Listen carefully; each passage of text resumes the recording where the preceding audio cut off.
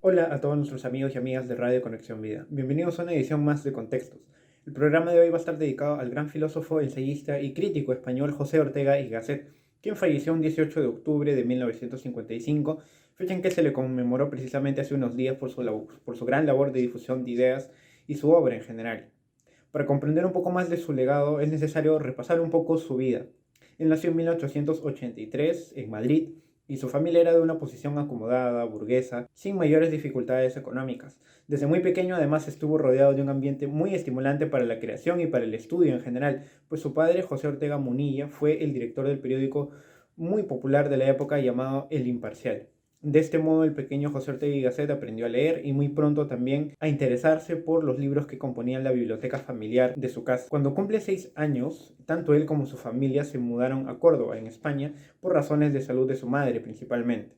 Sus primeros años escolares se producen entre 1891 y 1897 en un internado jesuita de San Estanislao de Kostka, en la población de Málaga. Y este centro en realidad sería importante para Ortega y Gasset, porque pudo aprender el latín, también pudo aproximarse un poco más al griego, y al contrario de desarrollar más bien pues una fe religiosa, se apartó más bien de estos credos, de estas doctrinas, para extraer lo que él consideró útil para su propia formación y fundamentalmente el desarrollo de la filosofía. En 1897, Ortega y Gasset empezó sus estudios universitarios de filosofía y letras y de derecho también en el internado de estudios superiores de Deusto, también con los jesuitas, y 5 años después, ya en 1902, él se licenció en filosofía ya en la Universidad Central de Madrid, donde había ingresado en 1899. Es necesario indicar que Ortega y Gasset nunca concluyó sus estudios de Derecho, carrera a la que de alguna forma lo había incentivado su padre para que se forme un camino en la política. Al terminar ya con honores sus estudios universitarios, Ortega y Gasset viajó a Alemania, donde se nutrió de las corrientes filosóficas de esta época, como el neocantismo, y a su retorno a España en 1910 aproximadamente, se desempeña como profesor en la Escuela Superior de Magisterio de Madrid, enseñando cursos en realidad bastante interesantes como la lógica, la ética y la psicología. Para el año 1915, ya con una edad mucho más madura, Ortega y Gasset dirigió el semanario España, para luego colaborar con otras revistas y así ir generando, sin advertirlo, el material que luego recopiló en 2 libros, España Invertebrada y La Rebelión de las Masas. Así, en 1923 estuvo al mando también de la revista De Occidente, en la que tomó un papel importante como difusor de ideas y también para reseñar comentarios y críticas, traduciendo a su vez otros grandes pensadores de la época, como Johan Huizinga, el filósofo holandés, Oswald Spengler o el filósofo Edmund Husserl, entre otros.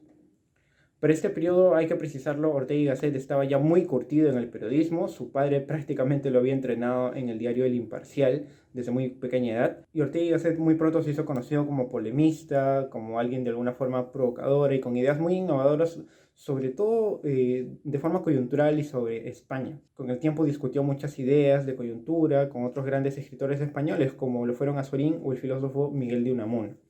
A lo largo de toda su vida, en general, Ortega y Gasset vertió en sus artículos y ensayos temas bastante heterogéneos, temas muy variados como la actualidad, la política, la cultura, el arte y, por supuesto, la literatura.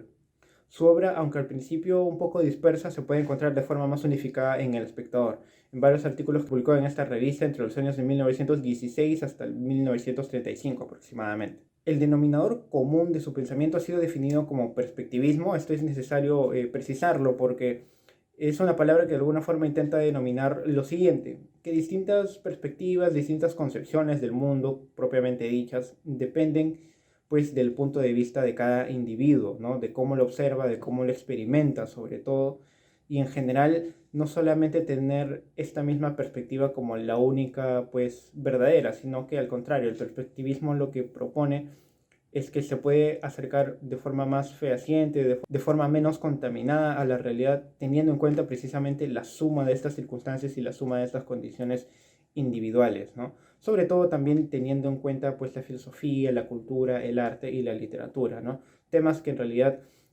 muy cercanas a las humanidades y que Ortega y Gasset pues dominó con bastante solvencia. A partir de los años 30 y 40 la obra de Ortega y Gasset ya tiende mucho más a la filosofía, al punto de que el prestigioso pensador español Julián Marías y padre del actual novelista español Javier Marías fue su discípulo.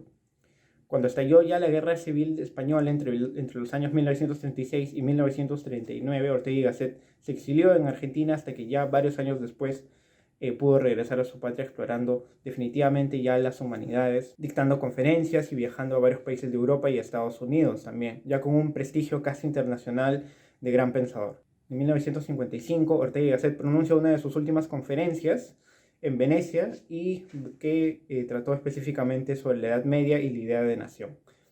Pocos meses después, ya a su retorno a su ciudad natal en Madrid, fallece en 1955. Bien, ahora abordaremos un texto clásico de las ciencias sociales y de la filosofía, por supuesto. Nos referimos a La rebelión de las masas, un libro innovador para su época, de un análisis elegante, culto y sobre todo coyuntural, que tuvo un alcance bastante difundido y que prácticamente le valió mucha fama a la autora, José Ortega y Gasset. Fue publicado este libro en el año 1930 y la obra en realidad consta de varios artículos que publicó el autor en una revista también de gran alcance llamada El Sol. Los sentidos de rebelión y masa que postula Ortega y Gasset en su libro son muy distintos a los tradicionales o a los que se atribuye hoy en día incluso, ¿no? Es un libro que habla principalmente de los cambios culturales y sociales que atravesó Europa luego de la Primera Guerra Mundial y que vale la pena leer, pues varias de sus afirmaciones se mantienen vigentes mientras que otras no tanto, ¿no? La edición que nos acompaña es del año 1985 y fue publicada en una serie de colección que lanzó la editorial Planeta. El libro en realidad tiene casi 300 páginas y si bien no es tan extenso como otros libros o tratados o ensayos filosóficos, cada página ha sido rigurosamente pensada y mantiene pues una coherencia impresionante con cada página que le sigue, ¿no? Las imágenes, los ejemplos, las frases inteligentes, las referencias históricas sobre todo, la crítica hacen de esta lectura pues algo muy provechoso de hacer, ¿no? Sin más preámbulos vamos a revisar algunos fragmentos de este libro. Lo característico del momento es que el alma vulgar, sabiéndose vulgar, tiene el denuedo de afirmar el derecho de la vulgaridad y lo impone donde quiera. Como se dice en Norteamérica, ser diferente es indecente. La masa arrolla todo lo diferente, egregio, individual, calificado y selecto. Quien no sea como todo el mundo, quien no piense como todo el mundo, corre el riesgo de ser eliminado. Y claro está que ese todo el mundo no es todo el mundo. Todo el mundo era normalmente la unidad compleja de masa y minorías discrepantes, especiales. Ahora todo el mundo es solo la masa. Este párrafo pertenece al primer capítulo del libro en el que el autor intenta definir la masa, entendida no como un concepto político que agrupa a proletarios, obreros o campesinos, o los habituales significados que les atribuía la izquierda y las ideologías de la época. Habla más bien del hombre común, del hombre mediano, entre comillas, que empieza a proliferar, a aglomerarse y a ocupar espacios que antes solo estaban reservados a las élites, que encabezan la vida en todos sus aspectos, envileciéndola o no mejorando sus ámbitos como la religión, la cultura, la economía. Su concepto de hombre masa es la del triunfo de la cantidad ante la calidad, pero de forma muy pobre, ¿no?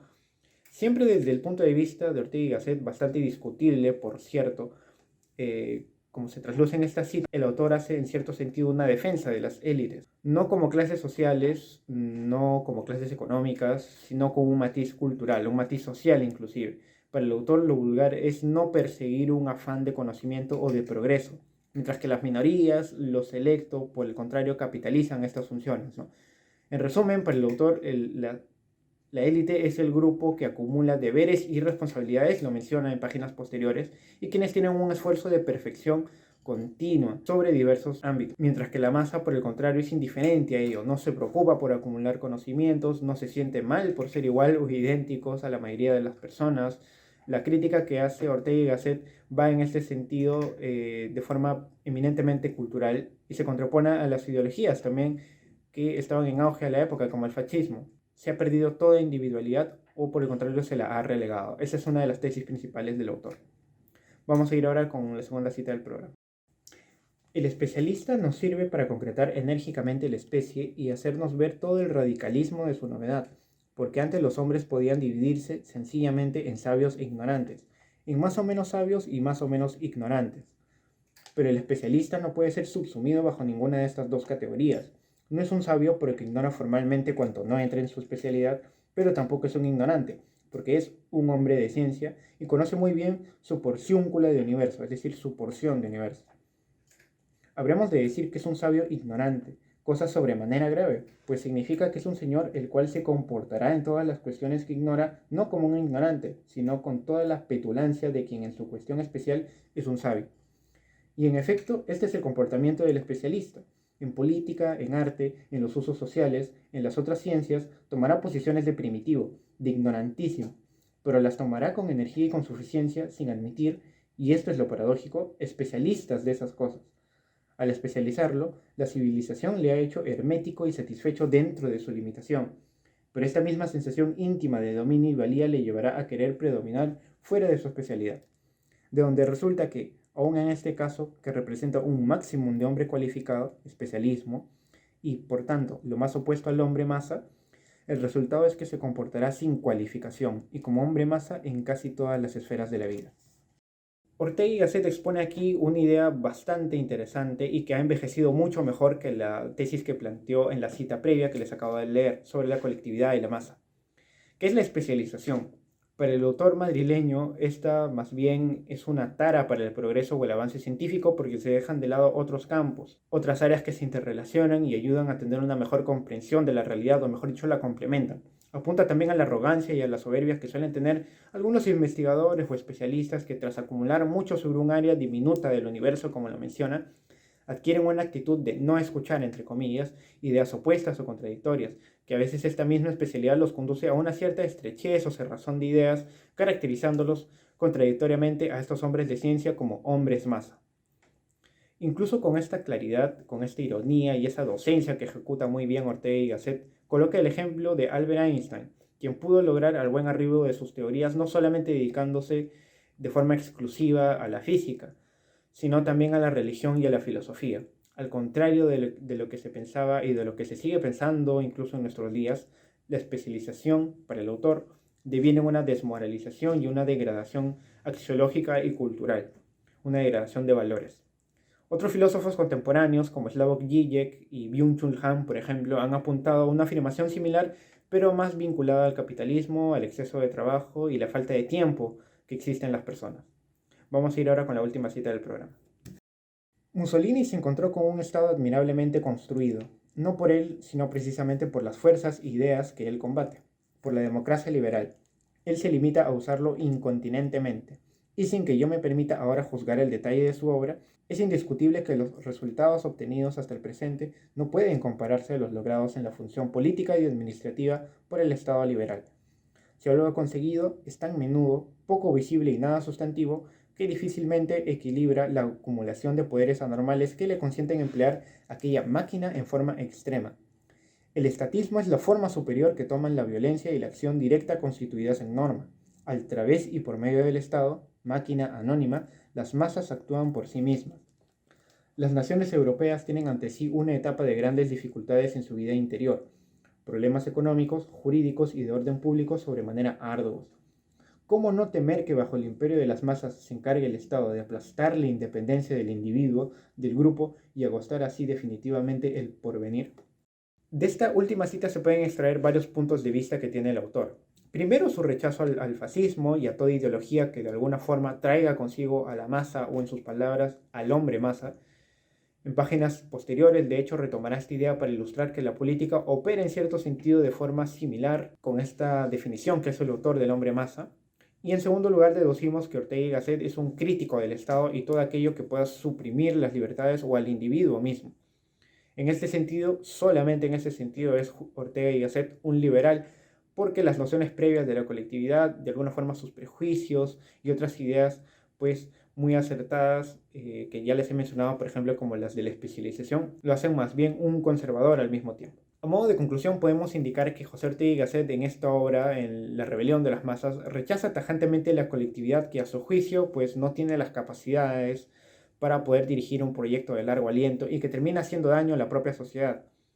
Que la mejor opción, según su punto de vista, desde luego, son las élites o las individualidades excepcionales que tienen unas cualidades pues muy altas. Ahora, si bien esto de por sí en nuestra sociedad suena y ya se escucha bastante desfasado o incluso condenable, es necesario comprender que el autor lo menciona en el contexto del periodo de entreguerras, en 1930 aproximadamente, con el auge de ideologías que a criterio del autor no aprendían, no escuchaban o no atendían los errores del pasado. Eran un cúmulo de hombres masa, como él mismo lo había definido, por decirlo de algún modo, que se dirigían a un retroceso o a un mal para toda Europa. Los ejemplos que menciona de ello Ortega y Gasset son el fascismo italiano, el comunismo, la revolución bolchevique, por ejemplo, ideologías que son habitualmente de circuito cerrado, ¿no? Que no admiten de alguna forma ideas contradictorias. Y era esto lo que criticó mucho en su tiempo y que de alguna forma critica también en este ensayo José Ortega y Gasset. Si bien este libro resalta al Ortega y Gasset polémico, provocador por sus ideas, lo es más porque alienta a la discusión. Se puede estar o no de acuerdo con él y eso es suficiente para generar un debate bastante productivo sobre este tema en específico. La idea de que solo la colectividad, la masa o el hombre masa devienen en una degradación moral o en una falta de respeto hacia los sistemas o las normas, de hecho ha envejecido bastante mal y es una idea que actualmente podríamos juzgar como equivocada. Es preciso tener en claro que estas enumeraciones que hace el autor sobre las aglomeraciones o del hombre medio, como menciona, son rasgos que también podemos encontrar en las élites, no es algo exclusivo pues de las masas como él la define. Se trata de un tema que va más allá de la división masa-élite o colectividad-individualidad, porque bien se puede dar en ambos lados. Pese a su perspectiva aristocrática, elitista, considero que es fundamental leerlo porque ayuda a conocer el tipo de pensamiento que se tenía décadas atrás, que algunas cosas persisten hasta nuestros días como la especialización y qué cosas podemos descartar de su pensamiento como el concepto mismo pues de masa, ¿no? Tanto en un sentido perjudicial o peyorativo incluso, ¿no? En cuanto a estilo, en realidad hay muy pocos filósofos o escritores de habla hispana que puedan igualar pues a José Ortega y Gasset o tener ese nivel de claridad o de gentileza que tiene con el lector, ¿no? A través de sus ideas. Les recomiendo de él otras obras como España invertebrada o Meditaciones del Quijote y otros textos filosóficos que pueden encontrar en internet y algunas librerías. Espero que el programa haya sido de su agrado. Nosotros ya nos reencontraremos en la próxima edición de Contextos. No se olviden de seguirnos en nuestra página web www.radioconexionvida.pe y también en nuestras redes sociales. Conmigo será hasta la próxima.